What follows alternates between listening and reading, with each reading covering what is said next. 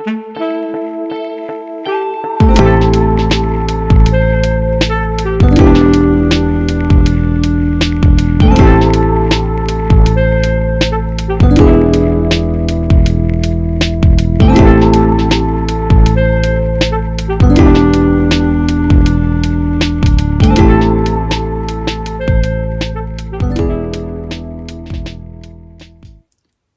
everyone. So today I'm going to be reviewing 3 keyboards by a brand called Royal Kludge. I bought these after watching different YouTube reviews on mechanical keyboards and kind of narrowing down according to the different things that I wanted from mine. And then I got 3 different sizes because I wanted to see which one best suited my work setup. So I've done quite a lot of kind of using one or other. I've used all of them for about 2 days at work in my kind of like working from home setup. And so there's 2 different colors as you can see, but the 3 are the small one, this one, Royal Kludge RK68, which is a 65% keyboard. Then I've got, so this one I have with the linear red switches because I wanted to try different features. So I got some things on each, and obviously it's in white, as you can see. Now then I got the RK84, which is this one. And as you can see, this one is in black. I got this with the blue clicky switches. So you can hear it's a bit clickier. And then I also got the RK87G, which is an 80% keyboard. Sorry, the RK84 is a 75%. So then I also got the RK68 which is an 80% keyboard. And again, as you can see, I got this one in white. And this has the brown switches, which are the tactile switches. All right. So I'm just going to lift the camera up here so you can see them properly with the relative size, because you can't see it that clearly there. But as you can see, the one at the top is much bigger. 87G is much bigger than the other 2. So it's a good range of sizes, I think. So and that one's the brown tactile switches. So I want to begin this by saying that I'm not someone who's an expert in mechanical keyboards or anything like that. I just find this as a layperson to use for work, basically, not for gaming or anything like that, just for typing. And so the other thing is that I'll probably be making some comparisons with another mechanical keyboard that I reviewed recently and actually sent back because I wasn't a big fan of it. That was the Logitech G915 TKL. So that TKL was about the same size as this one, I think. So yeah, moving on. So first impressions and general observations. So this isn't kind of a positive or a negative. It's just that they're quite nicely made. That, you know, they feel kind of nice and stuff, but they're not like super high quality or anything. Like they feel like normal keyboards basically. So I don't want to put that in positive or negative. They just feel pretty kind of standard keyboardish. So I don't think that's bad or good because of the price level. It's not really like I'd expect them to be super well made or anything like that, or feel super quality. They feel nice. They feel well made, like in terms of like they feel like your standard office keyboard. They feel like they'll last a while and stuff like that. Yeah, and I probably wouldn't think of them as like, I wouldn't feel like they're apart from other keyboards that I've used like at work or here, you know, like if you walked into an office, sat down and used the keyboard, yeah, you probably feel like it's kind of like one of these, probably kind of like the linear switch one, I guess. So these are a bit different because they're a bit more clicky, and this one's got the tactile, a bit different, but yeah, kind of that feel. So their connection types are different, and I'll talk about this in the positives and negatives a bit, but obviously it's gonna depend on what you want for your setup, which one you kind of prefer. So this one here, the RK, the smaller one, 65% one, this one has only Bluetooth connection or wired. So when you plug it in, you can plug it with USB-C straight into your computer, or you can use Bluetooth, but it doesn't have any dongle or anything like that. This one's the most versatile, but also slightly more expensive for that reason. The RK84 has Bluetooth, so you can connect, like with this one, you can connect to 3 Bluetooth devices by just pressing FN and then whichever one of these keys. Has 3. So you can switch between different Bluetooth devices really easily. This is true of both of the Bluetooth versions, actually. This one and this one. The Bluetooth connections like that. You just press FN, whichever one, you switch between them. But this one also has a dongle as well, which attaches on the bottom. I'll just show you here. So it's actually in my computer right now. I don't know if you can see. Yeah, there's a dongle space. So the dongle there, you just plug that into a computer and you can use it that way. And you can also use it wired. So it has 3 different types of connection. And on the Bluetooth, it also has 3 different Bluetooth devices that can be connected. So extremely good connectivity on this keyboard here. And then you've got this one. I didn't actually realize this, but this doesn't have Bluetooth functionality. It has dongle or wired connection. And so I'll come on to that as positives and negatives, but just so you know what each one of these uses. It's also probably worth noting that I've mainly used this on these on my work PC, which I can't install drivers or software or anything like that on. I can't download anything onto, and on my iPad. So I don't have anything. So for me, like, the considerations are going to be different from someone who can download software, etc. That might make some of the other keyboards more appealing. But part of the reason I bought these is because I wanted to be able to use keyboards that I could customize and do everything I wanted to, or without having to download software or interact with software or have any sort of interface like that. I wanted to just be able to do it on the keyboards themselves. So yeah. And before I start on the positives, because this is kind of connected to the positives, I'm going to cycle through the lighting modes on each one of these, and I'm gonna show you these kind of with the camera close up. So here you go. This is the smaller one first, and I'm going to go. So first, I'll show you. You can go into different patterns. So so you can go through different colors for these. For any of the patterns, you can cycle through these colors. It's easy, one button press while holding FN. Yeah, so these are all the colors. You've got that multicolored one as well. I quite like the yellow, so I'm going to cycle through on the yellow to show you. I think the yellow looks really good. On some, because the actual mode cycles through different colors, and it doesn't have the color saved, but I think this is really nice. It's kind of weird, like bits and pieces one. Then you've got this kind of one, sort of like a snake. By the way, this key's flashing because it's waiting for a Bluetooth connection, so ignore that.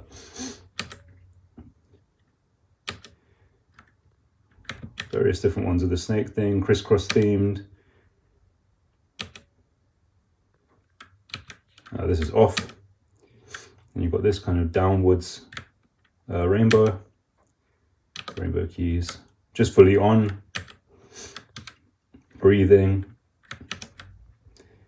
This is breathing, but in different colors, I think.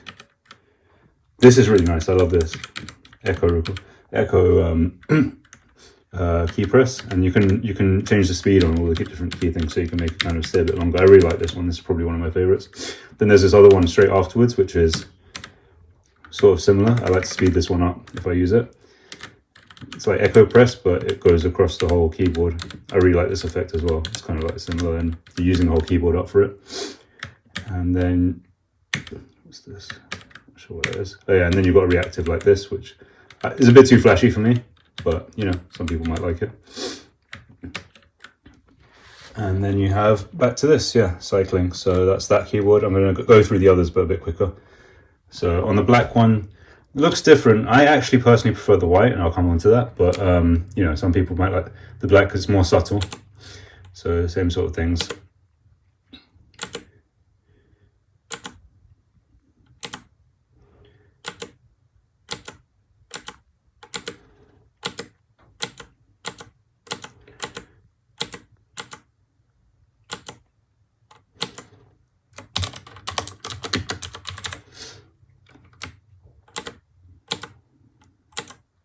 Here you go.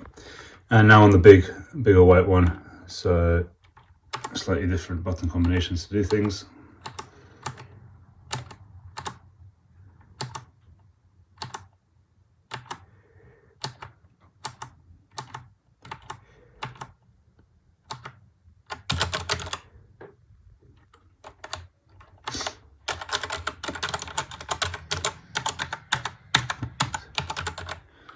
Okay.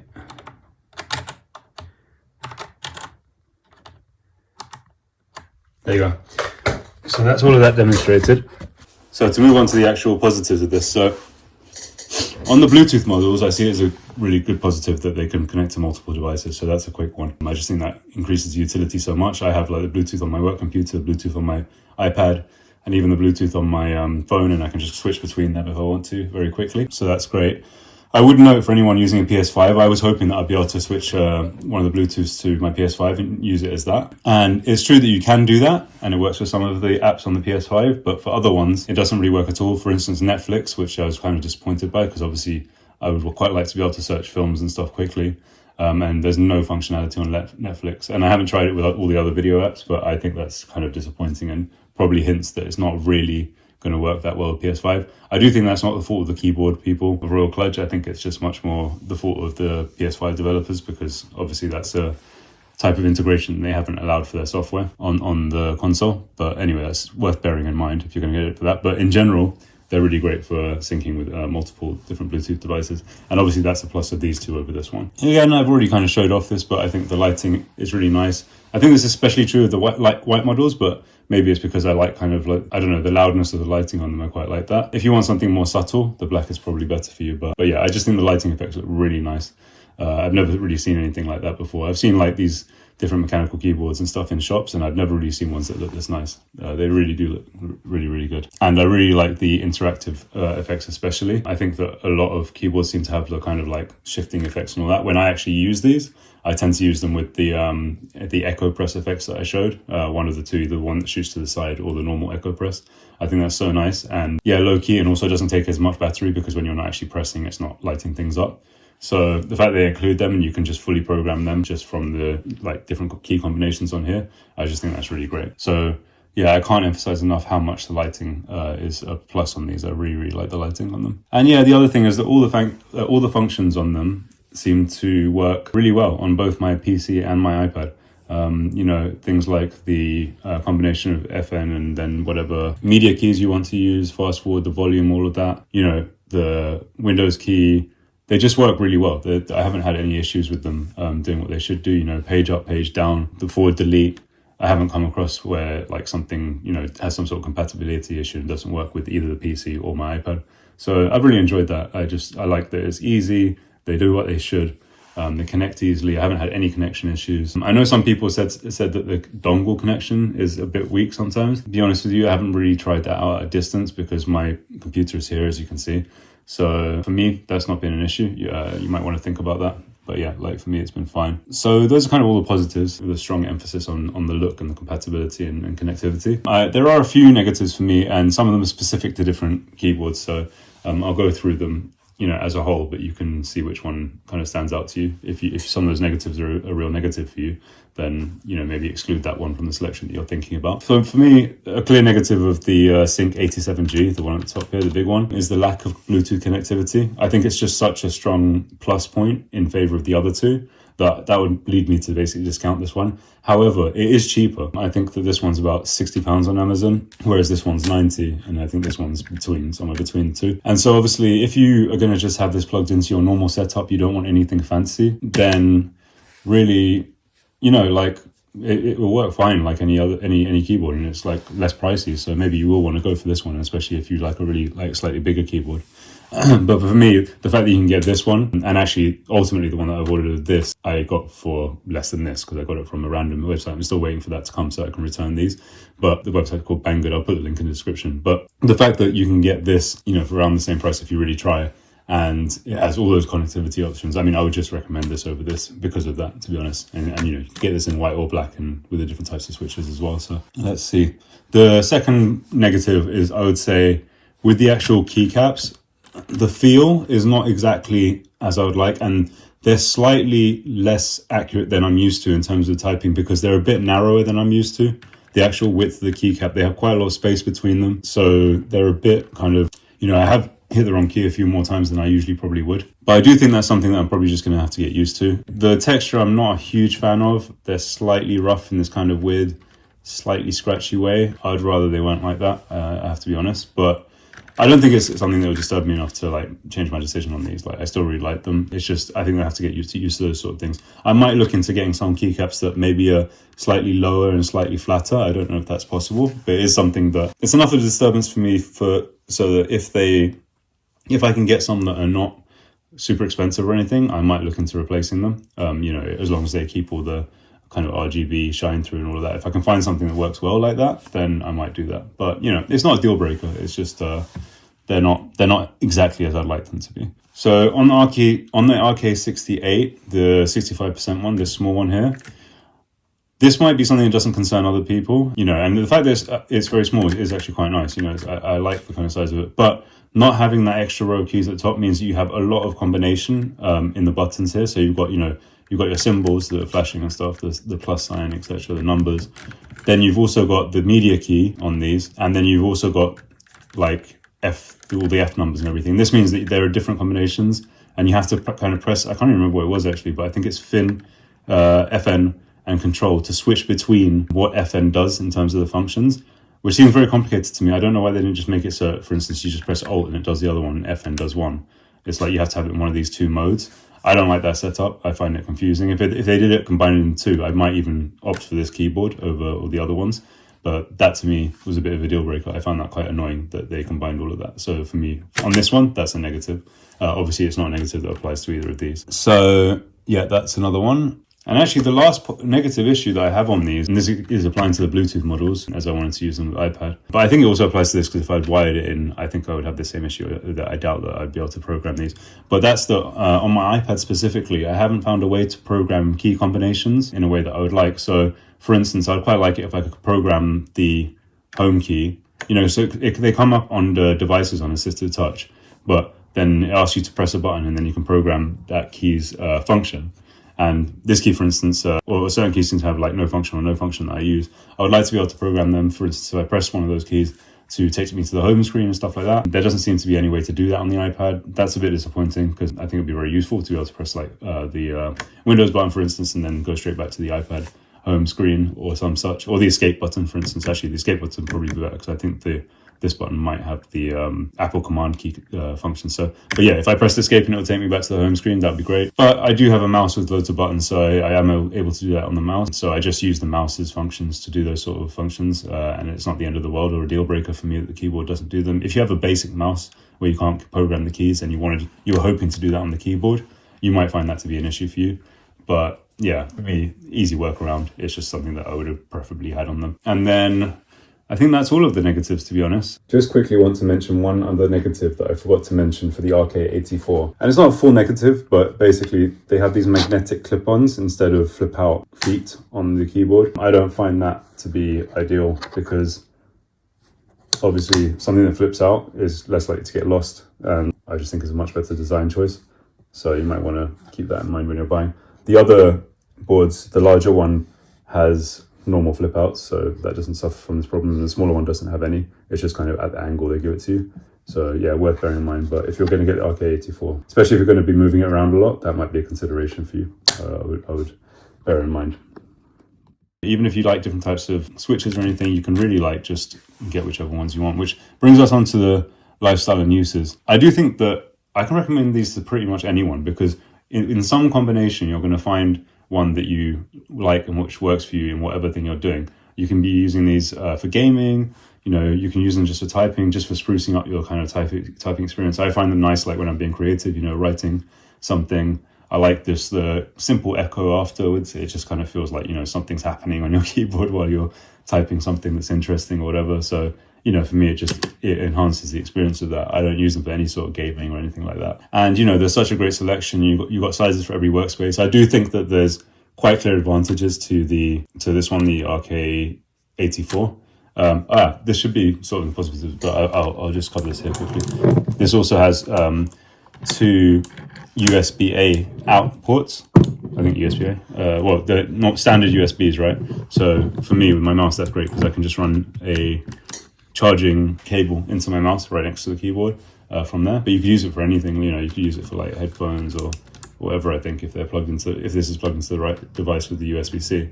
So sorry, that's kind of a plus. But anyway, but in terms of lifestyle, yeah, this one's just so versatile. The RK84 is like really a clear front runner for me, as far as I'm concerned, unless you really just want to save money, or you really like the small size of this, or like the slightly larger size of this. You know, I would highly recommend this one, really. But really, whatever you want to do, if you want a really portable one and you want to get the smaller one, you know, you're going to find something you like here. So in terms of lifestyle and use, I think they're just very, very broad. And, you know, like if like me, you have multiple devices you want to switch between very easily, you know, well, you could use the dongle in this and the wired for 2 different things if you wanted to do that. But also, you know, these again are going to be really, really useful for you to just switch between things like that. And again, kind of especially this one. But, you know, if you're only using Bluetooth, then the smaller one as well. In terms of value for money, I think they're really good value. Like, you know, so this, like I said, the most expensive one of these is £90 on Amazon. You know, that's kind of pricey, but if you look around, like I said, on Banggood, and again, I'll put the links for that in the description, as well as the Amazon one. It's not that expensive, like 50 something pounds,